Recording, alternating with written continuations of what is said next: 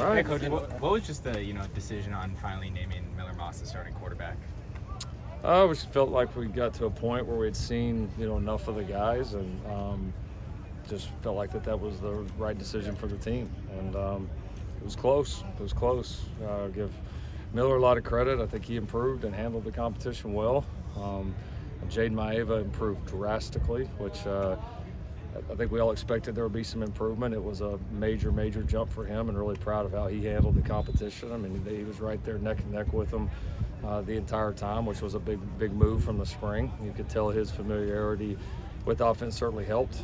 Jake Jensen continues to do some nice things. Has been a just great guy in the room, but just consistently, Miller was still the best, and still the guy that we feel like gives this team the best chance to win and play well. And he's built off the momentum from the bowl game and from spring, and I think is playing at a high level and has done it very consistently. And I think it's his consistency every day as a player, as a leader, operating the offense that is certainly part of what makes him the player that he is. If Miller ever wasn't available for any reason, just how comfortable are you at this point with Jaden?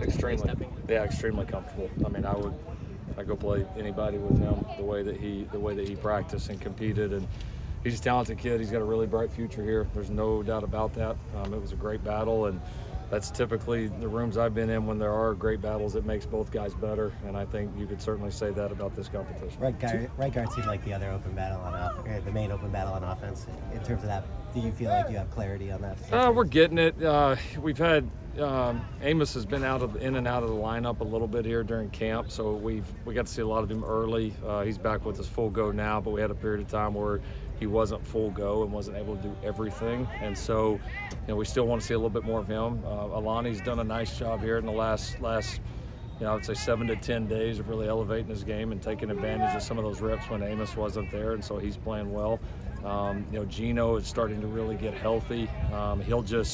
He's one that's just going to get better even throughout the season as he continues to recover from that knee, and he's finally full go with us, and you can tell he's getting stronger, more confident every day. So, yeah, we still got a handful of guys that we're going to look at, so not quite decided there, but, I mean, we've got an idea of kind of who that top 7 or 8 are in the O-line room for sure. Two-part Branch Brothers question. What's Zion's status, and then with Zachariah, what's the area that he's tightened up the most or grown the most in as a receiver?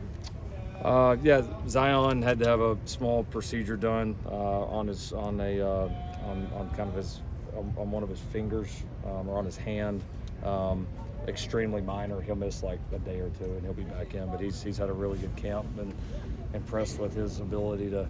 We know he can bounce back from an injury. We've seen it, but I mean, how fast he's bounced back mentally and physically from this one is probably even more impressive than the others. He's had a really strong camp, so I'm excited to have him back. I think Zach's improving. We've challenged him to be a bigger part of the offense and a more consistent receiver, more consistent blocker. I think he's taken that challenge head on, and seen a lot of bright spots from him in camp so far. Where are you most significantly improved than where you were a year ago? Defensively. Oh man, I know you got to ask. I hate to get into the comparisons of it. There's just a lot of it that's different,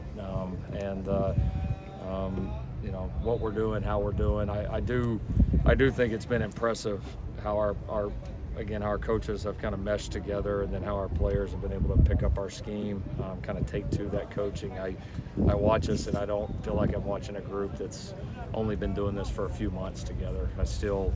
It's been a pretty consistent feeling really ever since we hit the field with this group of coaches and in this particular scheme, is you feel a comfort level and a confidence about our guys within that scheme. So it's got to go show up on Saturdays here pretty quick, but I think just more the overall feeling of the group certainly feels different, and obviously we'll go let the results speak for themselves. What was the reaction of the team from the scrimmage on Saturday? What popped out to you? Well, we did a lot of situational work, and we certainly featured a lot of our younger players or guys that haven't played just a million reps, and the older guys got a lot of reps too. It was honestly just kind of like it's been before. It's the majority of our practices. It was a lot of back and forth. I think that's kind of how this whole camp has been. It's like it's not even really one team dominates a day very often. It's kind of this period and that period, and then this period it's back and forth, and so it has been very competitive. I think the you feel on the field the size difference in this team. You feel it's kind of the physicality, the battle at the line of scrimmage.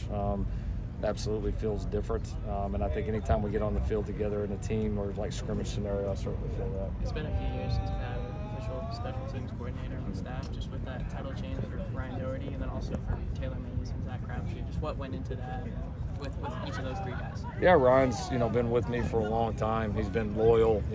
We've coached together for a long time.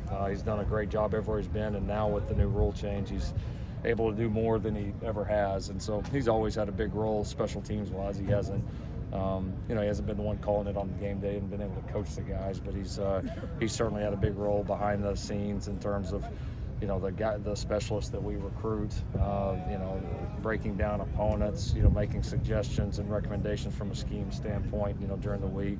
And now, he's certainly become more active in the coaching with this new role. I mean, he's more heavily involved, and I think that's an advantage for us because he's really good at what he does. So he deserves it. Honestly, a long time coming for him. And then, for Zach and for Taylor, two guys that have been, loyal here throughout our entire time here, have worked their tails off. They've made themselves both very valuable members of our staff, and wanted to give a chance to be able to reward, their loyalty and the hard work that they put in, and just felt like that was an appropriate thing to do. We know you always use a rotation generally at running back. We haven't asked you a ton about the running back room. How do you feel like that rotation makeup? How do you feel about that going into these next couple weeks? Yeah, it'll be interesting. It's always the toughest one to evaluate, because you're not going a million live snaps, and that's one of those positions that's a little tough to eval when it's not straight live. But I mean, I think Woody I think has asserted himself as a starter. But I think Quentin is certainly firmly in the mix, and will certainly get an opportunity to play a bunch, and we like the other two quite a bit. I mean, I can absolutely see a scenario for both Amarian and Brian Jackson to contributing majorly to this team. I mean, we feel very good about those four. We feel like we have four contributors, and we know, if history's any indication, we're going to need them all at some point. So, but right now, Woody and Quentin have at least at this point separated themselves as the 1 and 2. Thank you for All right, thanks everybody.